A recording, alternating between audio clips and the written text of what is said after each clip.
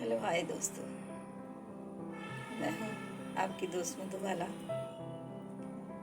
कभी कभी ना ज़िंदगी ऐसे दौर से गुजरने लगती है और बस गुजरते गुजरते बीत जाती है, लेकिन उसको अपने आप को संभालने और उसको अपनी जीवन को उच्च गति प्रदान करने में कभी समय नहीं मिलता। बस इसी उधेड़-बुन में कि लाइफ सेटल हो, सब ठीक हो, बच्चे अच्छे बढ़ जाए, बच्चे पढ़ लिख के ऊंचे पदों पर प्राप्त हो जाए। अब काम इसी में गुजार देता है, अपने लिए समय नहीं निकाल पाता। तो मैं ऐसे आजकल के भौतिकतावादी जो यूथ है उनको कुछ कहना चाहती हूँ। जो भौतिकतावादी यूथ है, आजकल आपने देखा होगा कितने वृद्धाश्रम खुले हैं, जगह जगह खुले हैं। ये क्यों खुले हैं? क्यों नहीं हम अपनी संस्कृति को संभाल कर रखें, अपने बुजुर्गों का सम्मान करें और अपने पेरेंट्स को सम्मान दें, उनका ध्यान रखें, उचित मार्गदर्शन उनसे लें। उन्होंने अपने जीवन में काफ़ी कुछ हासिल किया है। घर गृहस्थी संभालना भी एक बहुत बड़ी कला है। जहाँ मैं बात करूँ एक औरत की, तो एक औरत बिना सैलरी लिए एक दिन की भी छुट्टी ना करे, पूरी उम्र गुजार देती है। सुबह से उठती है, खटपट किचन में करती है, फिर ऊपर से सबकी खटपट सुनती भी है ना अजीब बात। तो हम यूथ लोग अपने गुस्से पर, अपनी भावनाओं पर क्यों नहीं कंट्रोल कर पाते? क्यों नहीं हमें उतनी सेंस है कि हम आगे वाले को क्या कह रहे हैं, उसे क्या कह रहे हैं, उसे कौन सी बात जो हो जाएगी कब पता नहीं चलता। बस पढ़ लिख गए हैं, ऊंची डिग्रियां हासिल कर ली हैं, लेकिन सब बेकार। तो बस आप सुनो तो यही कहानी है हर घर की। तो मैं कहना चाहती हूँ कि आप अपने अंदर एक बवंडर पैदा करो, अपने अंदर एक लगन पैदा करो। जब वो बवंडर बनने की सामर्थ्य तुम में आएगी, तभी तुम प्रसिद्धि की सीढ़ियों पर चढ़ना और आगे बढ़ना आरंभ कर दोगे।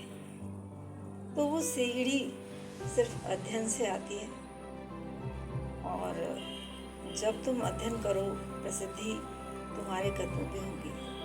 पर याद रखो, माँ बाप की में कमियां तलाशोगे तो कुछ हासिल नहीं होगा। और अगर तुम्हें आसमां में चमककर एक सितारे को जैसा जीवन जीना है, तो दूसरों के लिए प्रेरणा का स्रोत बनो, दूसरे के लिए इंस्पिरेशन बनो। और ये भी जान लो कि यदि तुम दूसरे के लिए प्रेरणा का स्रोत बनो, दूसरे के लिए एक इंस्पिरेशन बनो, तो जाहिर है कि तुम में भी वो बात हो। तुम्हें दूसरों को बात बात पर यानी छोटा प्रतीत करने की जरूरत नहीं है। यानी तुम दूसरों को छोटा दिखाकर खुद ऊंचे कभी नहीं बन सकते। समझ रहे हैं ना कि हमें अपना कद बढ़ाना है, तो दूसरों को छोटा दिखाने की जरूरत नहीं है। और माँ बाप से तो सीख लेना ही है, उनके कदमों पर भी चलना है। अगर उन्होंने अपने जीवन में कुछ हासिल नहीं किया और छोटी सी सैलरी में, छोटी सी तनख्वाह में तुम्हें पढ़ाया लिखाया, इस काबिल बनाया कि तुम अपने पैर पर खड़े हो सको, तो उनसे सीख लो, उनके जीवन से सीख लो कि क्यों वो आगे सक्सेस नहीं कर पाए।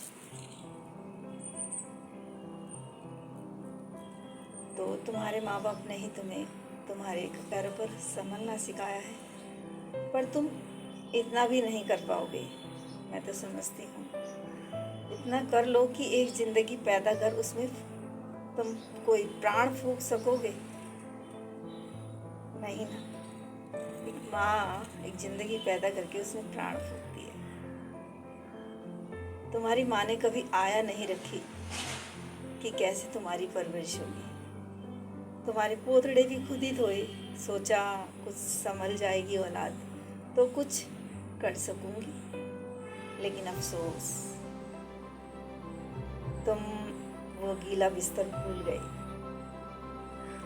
तुम वो भीनी भीनी बिस्तर से आती बदबू भी भूल गए हो। अब जो तुम सहारा बनो माँ का तो हाथ छटक रहे हो।